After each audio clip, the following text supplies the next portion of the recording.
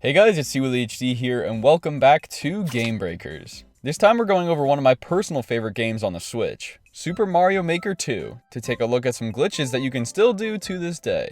Update 3.0.1 came out in July of 2020, so I think it's safe to say Nintendo may be done updating this game. So, I have 10 glitches for you guys to try out and use in some of your own levels. Everything from using 2D items in the 3D World engine, creating a black hole, entering blocked off pipes, and a whole lot more. So let's get into them.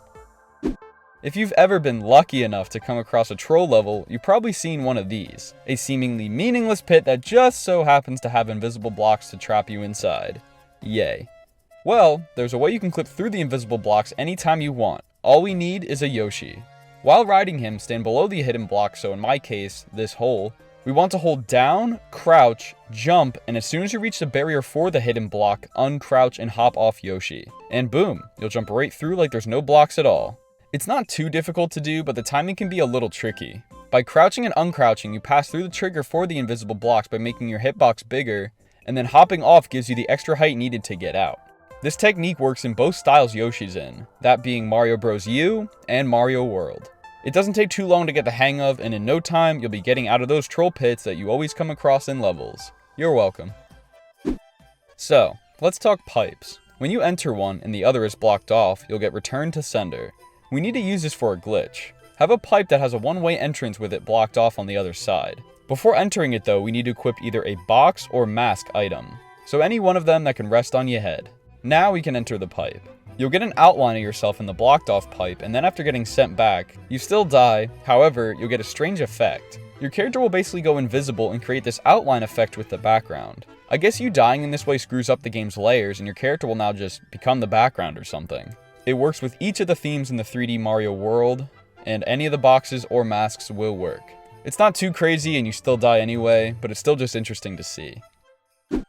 Next up is an interesting one. Launching fireballs at Mach speed. In the original Super Mario Bros. Style, you have access to the stiletto. We need a large one and a fire flower. With the power up on, kill the Goomba and stand near the boot. Pay attention to which way it's facing as you want to enter it facing the opposite direction of it. Just as you're about to land inside of the shoe, throw a fireball.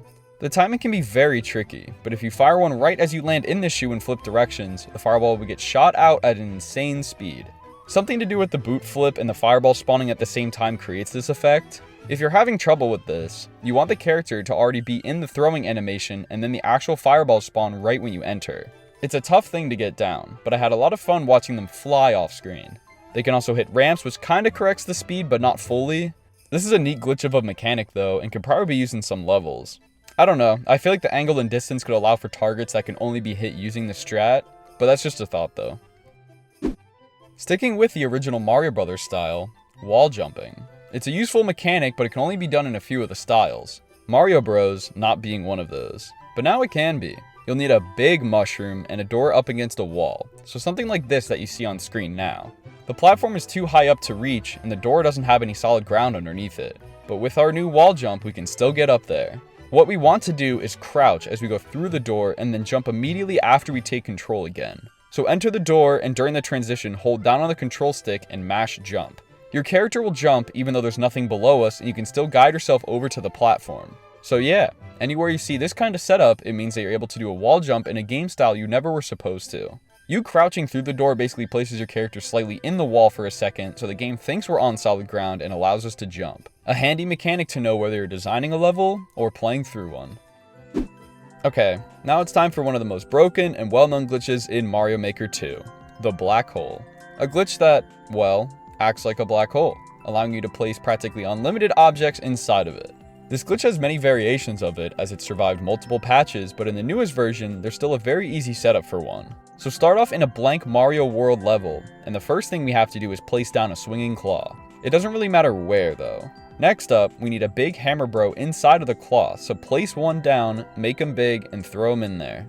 Now pull out the copy tool and create a duplicate of the hammer bro, then place him back on top of the other. With the two in there, hold one and make them small again. Press play to start the level, stop shortly after, and then simply undo twice. This should kind of separate the two hammer bros with the one staying big. Grab a hold of the claw, which should still be holding the small hammer bro, move it out of the way, and you can erase it as we no longer need it. All we need is this big guy right here. But we need 50 of him. So go into the clear conditions section and we need to make it so we'd have to defeat the... Oh, it's called the Sledge Bro. But yes, we need 50 of them. So pull out your copy tool and just keep clicking the Sledge Bro until we see the number 50 in the bottom left. And there you go. It might not seem like it, but you now have a black hole. If you need to move it at any time, you need to pull out the multi-select tool and just highlight the box. Then you can drag it around. But what can we actually do with the black hole? Well, an easy effect we can achieve is stacking items on top of each other. Start by placing said item on the side of the black hole and then place it on one of the 4 tiles the Sledge Bros are in. You can repeat this step over and over and over again. But yeah, once you have as many as you want, you can press play and enjoy the lovely visuals. Things like arrow signs and fire bars can cause some pretty neat effects. Upon going back to editing, you may notice some of the objects are gone. They aren't destroyed or anything, they're just invisible and a little buggy. For me, dragging the multi-select tool over the empty space where they used to be will bring them back. Erasing duped items can be a bit of a pain too. Sometimes they just don't want to leave, so moving them may correct that. And sometimes the objects just won't go away at all and even be able to be selected. So they're just permanently stuck here now. But yeah, the possibilities are pretty endless with this. One of my favorites are the dotted line blocks. You can get some strange effects where you can stand on the off blocks, which looks pretty cool. Enjoy making some new mechanics, boss fights, or platforms using this black hole. We're not done with the black hole just yet though. Don't worry. Have you ever wanted 2D items in a 3D Mario World theme? Or even just a T-posing dry bones? Well, I got the solution for both. Item smuggling is a really cool side effect with a black hole glitch, as you can get items in the world styles that you were never supposed to. So start off with a blank 3D world. We have to undo a bunch back to this exact point, so this is kind of like creating an anchor point for us to go back to later on. Switch over to the Mario World style again, and we're going to do a slightly different black hole method. Draw a tiny track on the air like this, and then switch over to the swinging claw. We want to place it on the track, but it's really important that you just hold A to place it and then drag it over to the track. Do not place it off the track and then throw the claw on. Place it and lock it in with one hold of the A button. This was an issue that was causing me a lot of problems when doing it, so I'm just trying to keep y'all safe. We now need to do the same exact thing with a hammer bro. Again, hold A to place and drag it into the claw. Now that we have this contraption, we can remove the track by simply grabbing it and sliding it back over to the end point.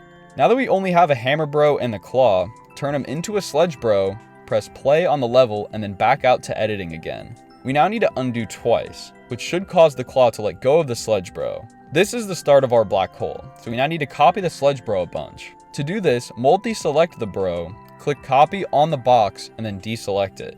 It may not look like it, but we're actually duplicating a bunch of these guys. Keep doing it until you hear this clicking sound. This means we've reached the limit, which is what we want.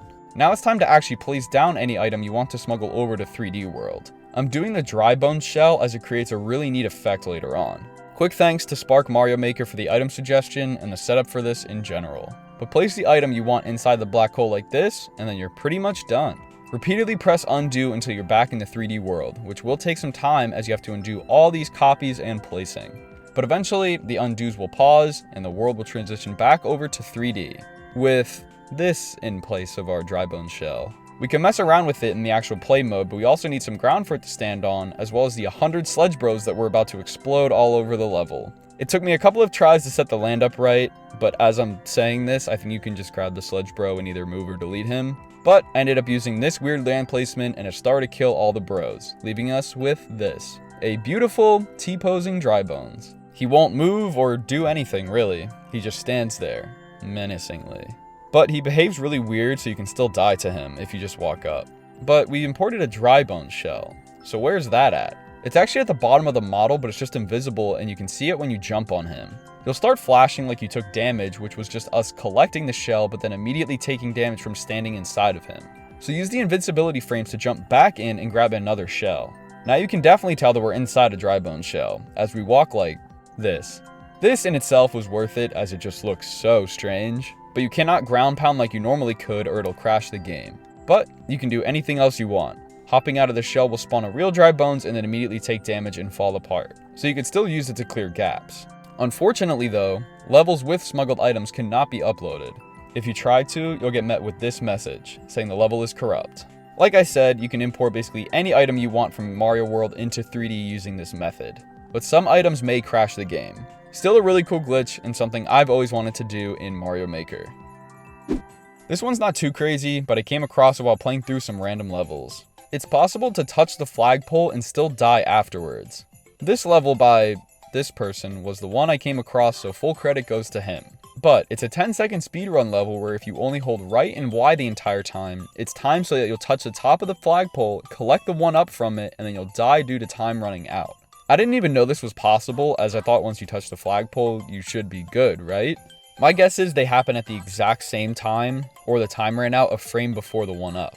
If you listen, you can kind of hear the death sound effect just before the 1-ups. Regardless, it's pretty weird you can grab the flagpole and still die. I can't show it here as I'm not in endless mode anymore, but the game does save the 1-up as you collecting it. So if this was a real Mario game, you'd have an infinite number of tries on this level as you get an extra life and then die.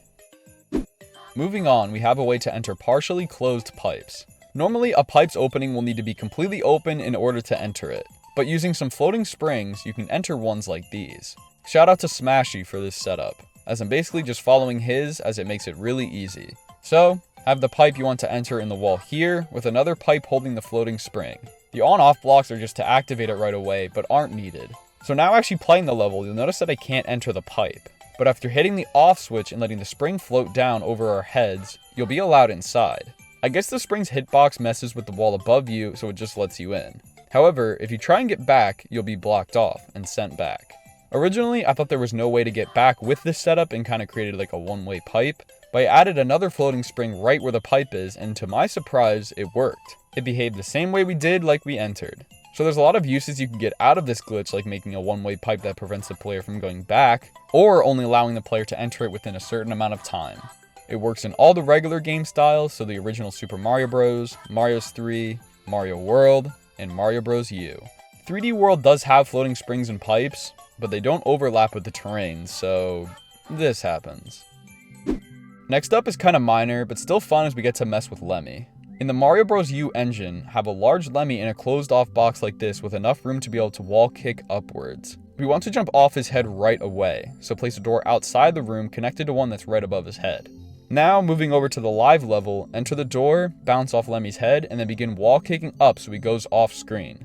Stay up here jumping back and forth until you hear him exit his shell. Slide back down and you'll notice he's just stuck here rolling in place. He won't move or attack you at all now, so you can get up close and personal with Lemmy. His ball is still bally, so you can just bounce off it, but he kind of just ignores you now. Once you've had your fun, you can jump on his head again to continue the fight like normal. I don't believe it's possible to get him to freeze without warping onto his head. I tried a few times just jumping from the ground and then wall kicking up, but I didn't have any luck. Other Koopalings didn't have much success either, so I'm guessing it's just a Lemmy thing. Classic Lemmy. Next up is our one and only co-op glitch, as you need at least 2 players to pull it off. Don't worry, you don't actually need a second player, just another controller. So, we're going to be messing with clear pipes in 3D World style. Similar to our other glitch with entering pipes, use a cloud below the pipe to essentially trap the player inside. This glitch involves trapping items inside of pipes, so you may see why we need co-op now. With one player just hanging outside, grab items and bring them into the clear pipes. You'll bounce around for a second and then die, leaving the item inside the pipe. As a result, the item will freeze in place, putting it on display in the pipe. Since we have our second player, the level doesn't end, and we can simply spawn back in to repeat the process. You can do this with most of the items that you can grab and bring inside of pipes. Multiple can even be placed in the same pipe, which will cause them to stack over top of each other. And enemies can be displayed too using the same method. The items themselves don't really behave like normal anymore and are essentially stuck in here until you run far enough off screen to despawn them. So, even though Mario Maker 2 has gone through a lot of patches, there's still plenty of entertaining and useful glitches for you to do in the game. I really enjoyed working on this video, and going back to this game is making me want to do more endless level runs. But anyway, I want to give a big thanks to Smashy and Spark Mario Maker for discovering and showcasing some of these glitches. This video would not have been possible without them, so please check them out if you have the time. But I think that's everything. So for now, I'm gonna get up out of here. Thank you guys so much for watching, and as always, see ya!